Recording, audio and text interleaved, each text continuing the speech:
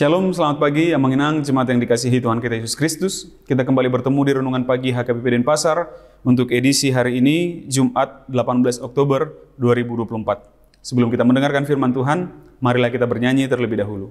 Kita bernyanyi.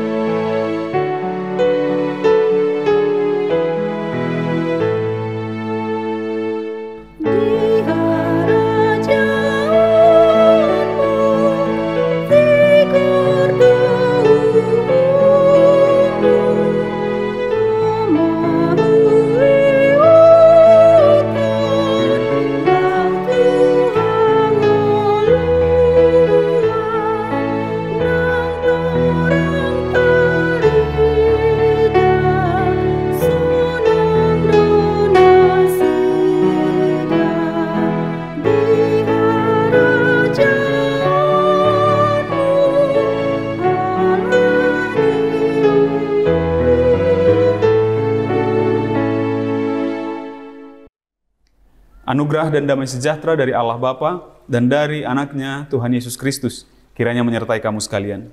Amin. Mengenang firman Tuhan untuk kita pada pagi hari ini tertulis dalam kitab Mazmur atau Psalmen pasal 140 ayat 13.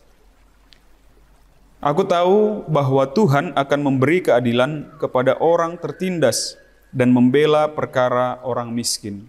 Di dalam bahasa Batak dikatakan, takas dohuboto saina maruli uhum do nadangol dohot akka napogos bahenon ni Jahoba. Demikian firman Tuhan.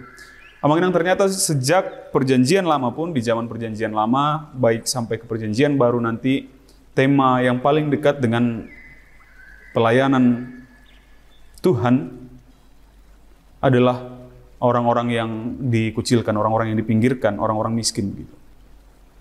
Lalu apakah ini berhubungan dengan golongan ekonomi? Apakah hanya orang-orang miskin yang diperhatikan oleh Allah? Bagaimana dengan orang-orang berpangkat dan orang-orang kaya, para pejabat dan yang lain-lain? Apakah Tuhan tidak berpihak kepada mereka ataukah hanya kepada orang miskin saja? Tapi kita akan lihat mengenang bahwa dalam sepanjang kisah Alkitab itu bahwa baik kepada raja, baik kepada rakyat jelata, baik kepada orang kaya, baik kepada orang hina, Allah itu berpihak kepada keadaan mereka, kepada status mereka. Jadi bukan kepada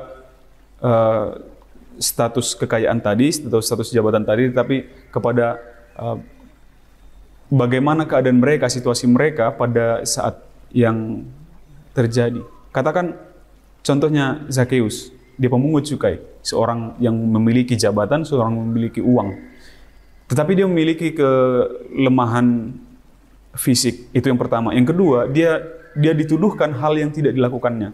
Maka Yesus datang kepadanya dan Zakheus akhirnya dapat momen untuk mengklarifikasi semua tuduhan-tuduhan itu.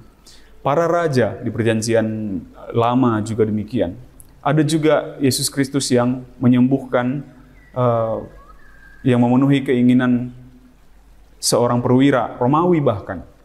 Pada saat itu, seorang perwira Romawi. Jadi bukan kepada status golongan ekonomi yang tinggi tadi, artinya bukan berarti kalau selama dia orang miskin, selama dia orang tertindas, Tuhan bela, selama dia orang kaya dan berpangkat, maka Tuhan tidak bela begitu. Tapi ketika seperti para raja pun, para pejabat pun, ketika orang yang memiliki harta pun mengalami ketertindasan, mengalami pengucilan, maka Tuhan pun akan bela begitu. Sebaliknya, ketika dia orang miskin, ketika dia orang yang terpinggirkan, tetapi dia berbuat jahat, Tuhan pun akan hukum. Begitu. Jadi bukan dalam hal golongan ekonomi atau status sosial tadi, maka Tuhan akan lindungi mereka. Tetapi setiap orang yang termarginalkan, yang dipinggirkan oleh kehidupan sosialnya, oleh orang-orang, maka Tuhan akan bela. Selama yang diperbuatnya adalah perbuatan-perbuatan yang tidak menentang Tuhan, begitu, yang tidak menentang Allah.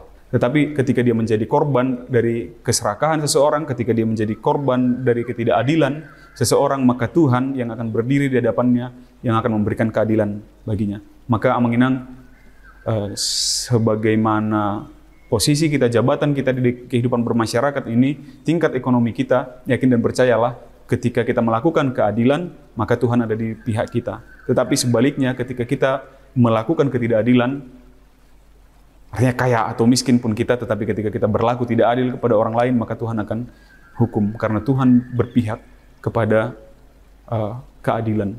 Tuhan berpihak kepada akan menolong orang-orang yang diperlakukan tidak adil. Dan Tuhan akan menghukum orang yang melakukan ketidakadilan. Mari kita memihak juga kepada Tuhan, karena Tuhan terlebih dahulu memihak kepada kita dalam keadilan dan akan memberi kita keadilan bagi kita masing-masing. Amin. Kita bersatu dalam doa. Terpujilah Engkau ya Allah Bapa atas segala anugerah-Mu di dalam kehidupan kami sampai pada saat hari ini. Terima kasih atas hari yang baik yang Kau anugerahkan kepada kami. Biarlah sepanjang hari ini pun ya Bapa, Engkau selalu sertai dan lindungi kami dalam segala aktivitas dan perjalanan kami, juga pekerjaan kami, agar kiranya berjalan baik, penuh sukacita dan damai sejahtera. Terima kasih atas firman-Mu ya Bapa, yang mengingatkan kami bahwa Engkau tetap melindungi kami di dalam keadilan-Mu. Maka biarlah kami juga ya Bapa, dapat berlaku sebagai pelaku-pelaku keadilan. Terpujilah Engkau ya Bapa, di dalam nama Anak Yesus Kristus kami berdoa dan mengucap syukur. Amin. Demikian renungan pagi kita hari ini, Amanginang. Sampai jumpa di hari esok. Selamat beraktivitas. Tuhan memberkati. Horas.